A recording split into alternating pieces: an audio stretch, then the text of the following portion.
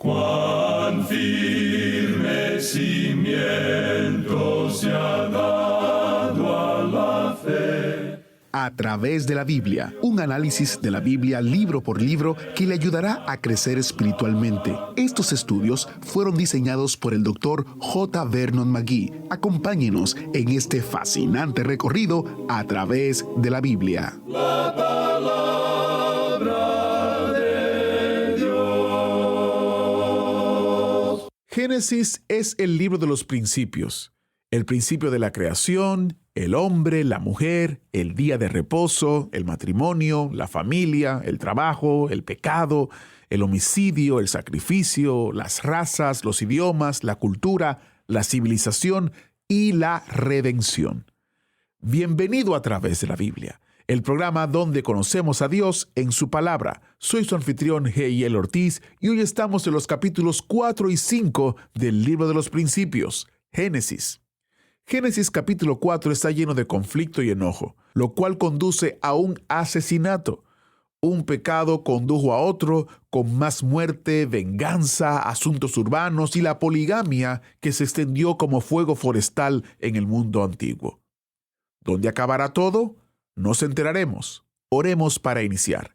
Padre Celestial, gracias por el compromiso a tu palabra, que cumple tus propósitos en este mundo y en nuestros corazones. Abre nuestros ojos espirituales para que lo comprendamos y la vivamos y la compartamos.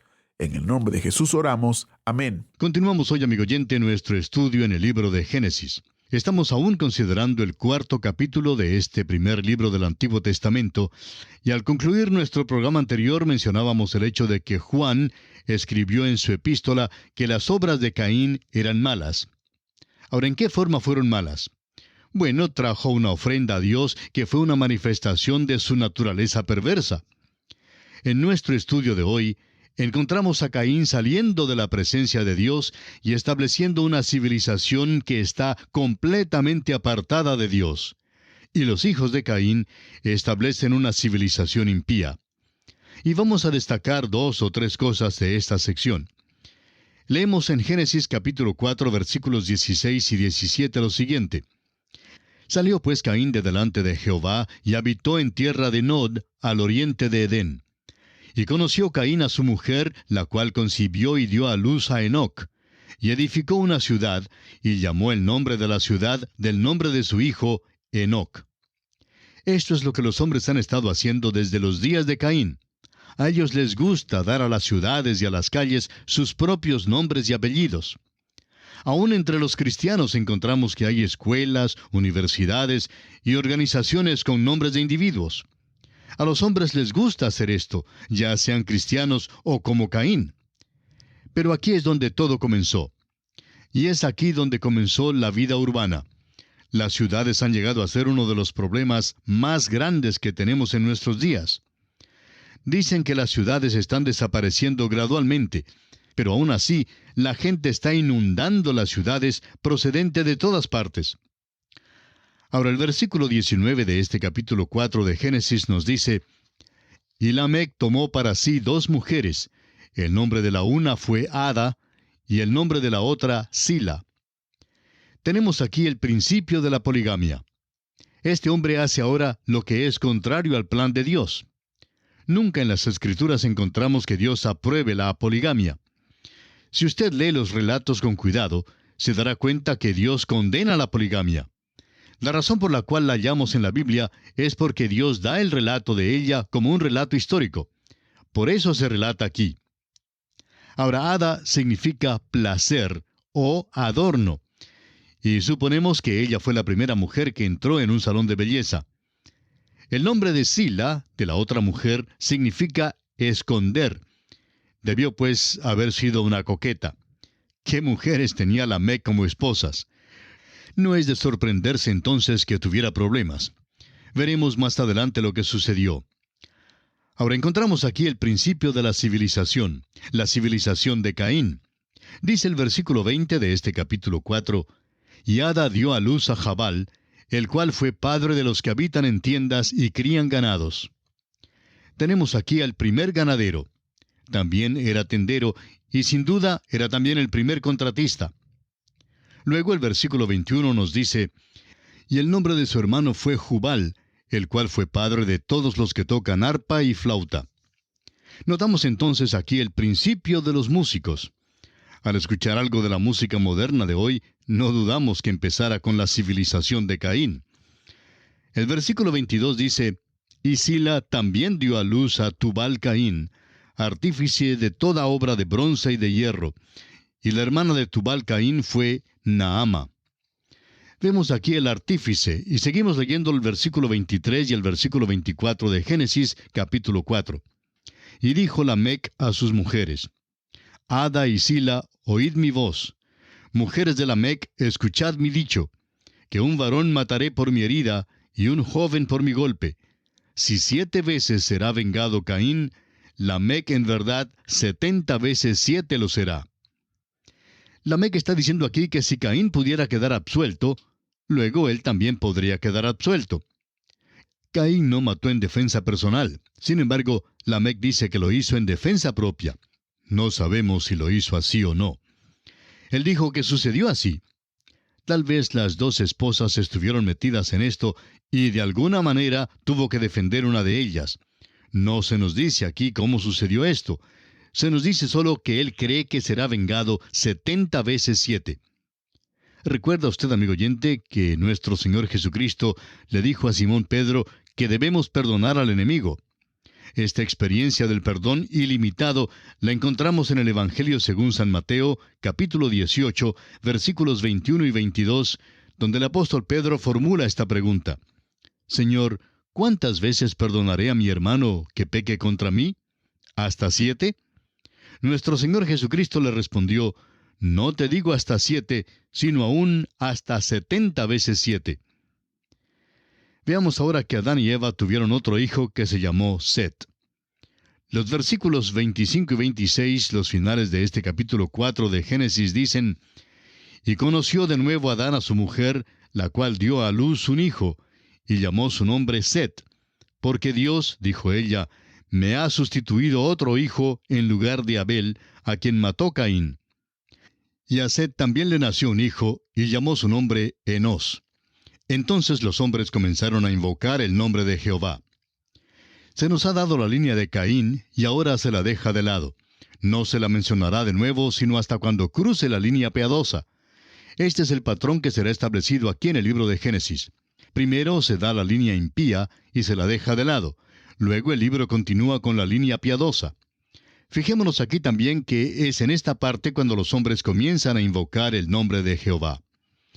Y así concluye la consideración del capítulo 4 del libro de Génesis, y entramos a considerar el capítulo 5. La primera sección del Génesis abarca los capítulos 1 hasta el 11. Esta es la sección acerca de los eventos mundiales. Primero hubo la creación y luego la caída del hombre. Ahora llegamos a la sección que tiene que ver con el diluvio y que incluye los capítulos 5 hasta el 9. El capítulo 5 nos informa sobre las circunstancias que rodeaban al diluvio. Este capítulo nos da el libro de las generaciones desde Adán hasta Set. Este es uno de los capítulos más tristes de la Biblia. Es algo desalentador y desesperanzado. La razón simplemente se debe a que es como dar una caminata por el cementerio. Es como leer los nombres escritos sobre las lápidas. Ellos nacieron, vivieron y murieron. Dios había dicho que en el día que Adán comiera del fruto del árbol de la ciencia del bien y del mal, moriría. Y encontramos aquí que todos los que fueron hijos de Adán murieron. El apóstol Pablo, en su primera carta a los Corintios capítulo 15, versículo 22, dice que en Adán todos mueren. Ahora los versículos 1 y 2 de Génesis capítulo 5 dicen, este es el libro de las generaciones de Adán. El día en que creó Dios al hombre, a semejanza de Dios lo hizo. Varón y hembra los creó. Y los bendijo, y llamó el nombre de ellos Adán, el día en que fueron creados. Dios llamó el nombre de ellos Adán. Eva es la otra mitad de él. Luego tenemos la expresión extraña, el libro de las generaciones de Adán. Veremos que el Nuevo Testamento principia con el libro de la genealogía de Jesucristo. Existen estos 2 libros. Y esto nos hace recordar que ya hemos visto 2 líneas, 2 simientes, las cuales son contrarias la una a la otra. Va pues a existir una larga lucha. Existe la línea de Satanás y hay la línea aceptada de Jesucristo. Nos dicen estos versículos que la línea que vamos a seguir aquí es la línea de Set. El versículo 3 de Génesis 5 dice: «Y vivió Adán 130 años, y engendró un hijo a su semejanza, conforme a su imagen, y llamó su nombre Set». Cuando Adán llegó a tener los 130 años, ¿cuál era su edad en realidad? Cuando Dios creó a Adán, ¿lo creó de 30 años? ¿O quizá de 15? ¿Tal vez de 45 años? Bueno, no lo sabemos, y cualquier cosa que dijéramos a este respecto sería pura especulación. Lo que sí sabemos es que lo creó ya un hombre adulto. Ahora, ¿cuál era en realidad su edad? Bueno, eso da la respuesta a muchas preguntas en cuanto a la edad de la Tierra. Alguien dice que algunas de nuestras rocas tienen billones de años. Es probable que no sepamos. Quizá cuando Dios lo creó ya de billones de años. Claro que bien pudo haberlo hecho.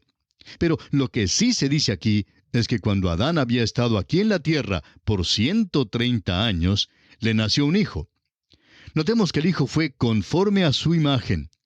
Adán había sido creado a la imagen de Dios, pero el hijo de Adán fue nacido a la imagen de Adán, y llamó su nombre Set. Comenzamos ahora nuestro paseo por el cementerio. Adán engendró hijos e hijas, pero ¿qué le pasó a Adán? Leamos el versículo 5 del capítulo 5 de Génesis. «Y fueron todos los días que vivió Adán 930 años, y murió».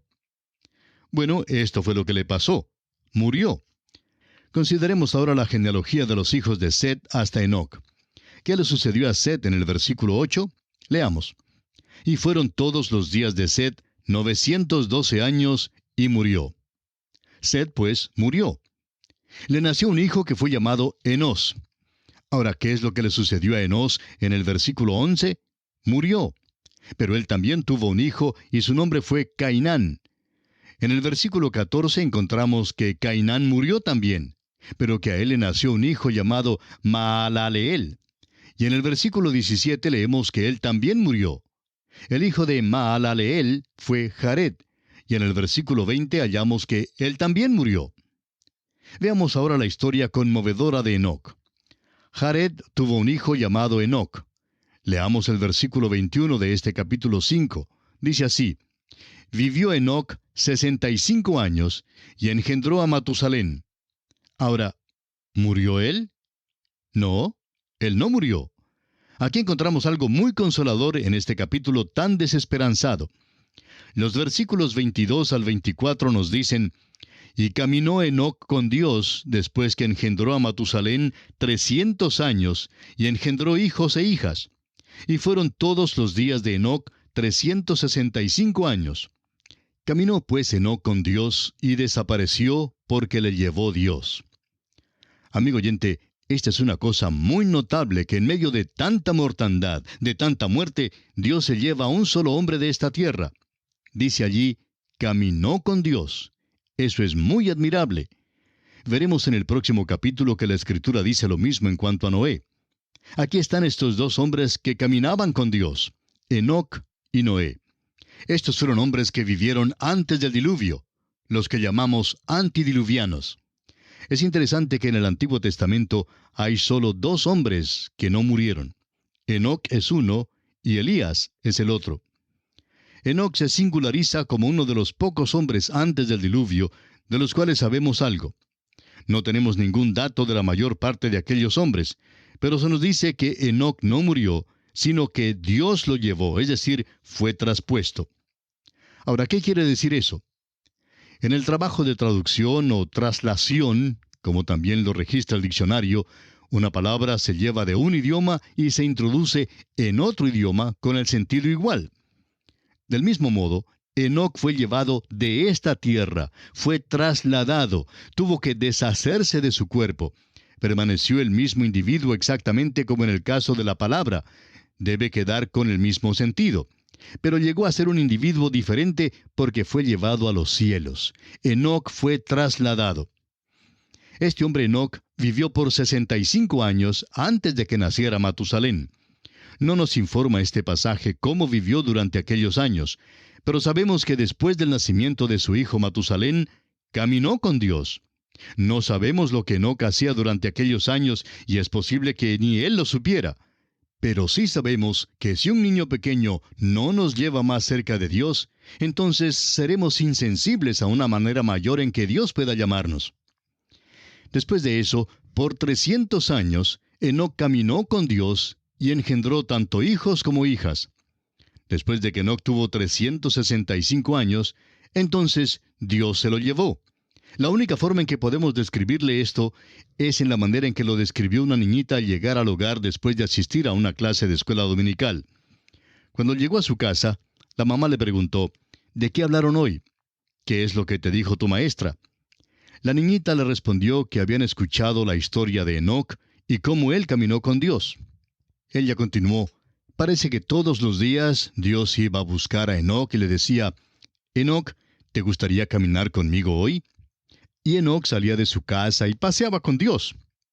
Pues sucedió que se gozó tanto en caminar con Dios, que esperaba a Dios en la puerta todos los días. Y cada día Dios llegaba para decirle, Enoc, vamos a pasear un rato largo. Tengo mucho que decirte. Por tanto, caminaban, y por fin Enoc dijo, pues se está haciendo tarde, tengo que regresar a mi casa. Luego Dios le dijo, Enoc, estás más cerca de la casa mía que de la tuya. Pues ven conmigo a mi casa. De modo que Enoc le acompañó a Dios a su casa. Así lo explicó esta niñita.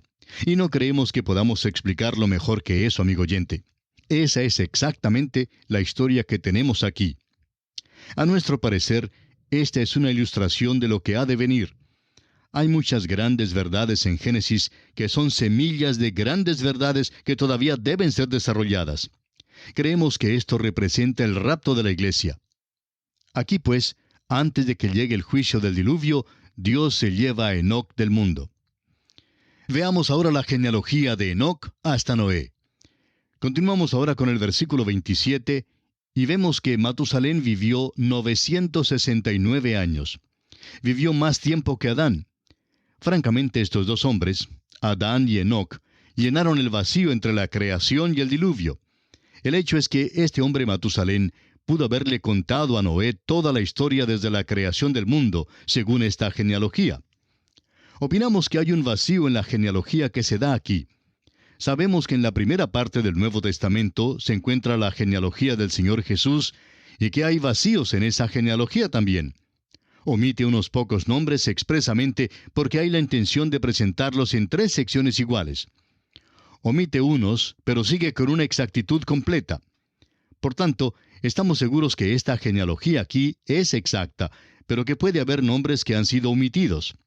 Si es así, eso explica por qué el hombre está en esta tierra por un tiempo mucho más largo del que podemos calcular sobre la base de las genealogías. Debemos incluir aquí algo de interés. Hay ocasiones cuando se llega a disputas como esta y no se encuentra la respuesta absoluta que se busca en las Escrituras. Un profesor en Biblia que enseñaba el libro de Apocalipsis en su programa radial dijo que no sabía quiénes eran los 2 testigos. Se quedó maravillado cuando recibió un gran número de cartas de muchas personas que le escribieron informándole quiénes eran los 2 testigos que se mencionan en el Apocalipsis. Pero dice él que después de leer esas cartas, todavía se quedó convencido de que no sabía quiénes eran esos testigos. Claro que él había estudiado muchas teorías en cuanto a esto antes.